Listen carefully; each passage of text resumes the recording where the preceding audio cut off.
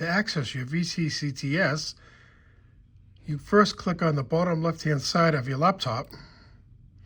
Then you find Microsoft 365.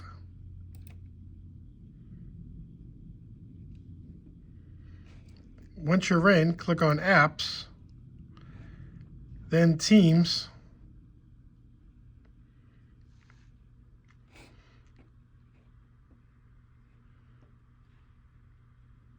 find your shop's Teams, click on your shop's Teams, go to Files,